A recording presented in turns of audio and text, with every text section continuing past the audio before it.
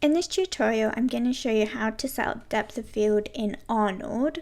The depth of field is located on the camera. So looking through my render camera, I'm going to click this button to select it. I'm going to go to the attribute editor and the shape tab. And then you'll notice that there's a depth of field setting here, but that's not the one that we want. We want to locate where it says Arnold, open that up, scroll down, and then we have enabled depth of field here. So I'm going to turn that on. Now, I can't see anything at the moment. There's multiple ways you can check the depth of field and set it up. You can use the IPR renderer. You could use a normal render. I'm going to use the Arnold Viewport rendering. So I'm just going to switch that on and hit play. And that's going to now preview straight into my viewport. You can see that although it's noisy, everything in my scene is perfectly in focus.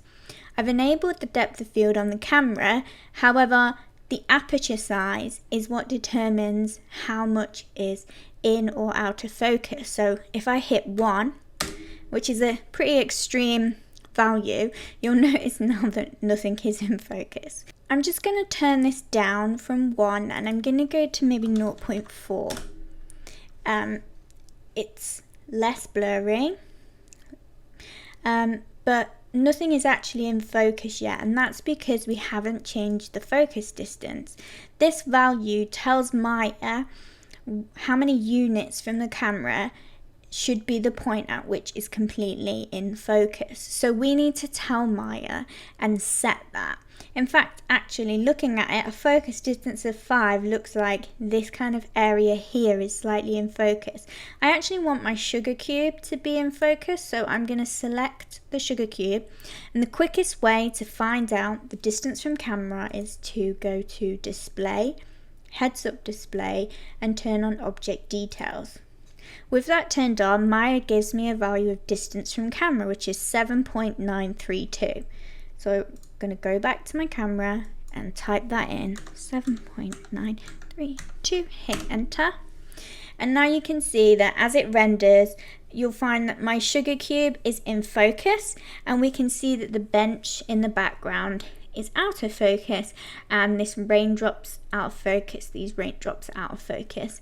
So now it's just a matter of playing around with the aperture size value to see which you like. This is a bit too much for me because I'm actually finding that part of my coffee cup, my cream, is out of focus. So I'm actually going to turn this down to maybe 0.25 and see how that looks.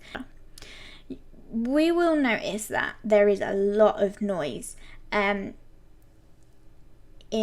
here and where it's out of focus, and so that's just because it's going to have a lot of noise when Maya blurs things. So in order to fix that, you need to come in and up the camera AA samples. You don't need to do this until you're doing your final renders, but you will need to bump it up quite considerably.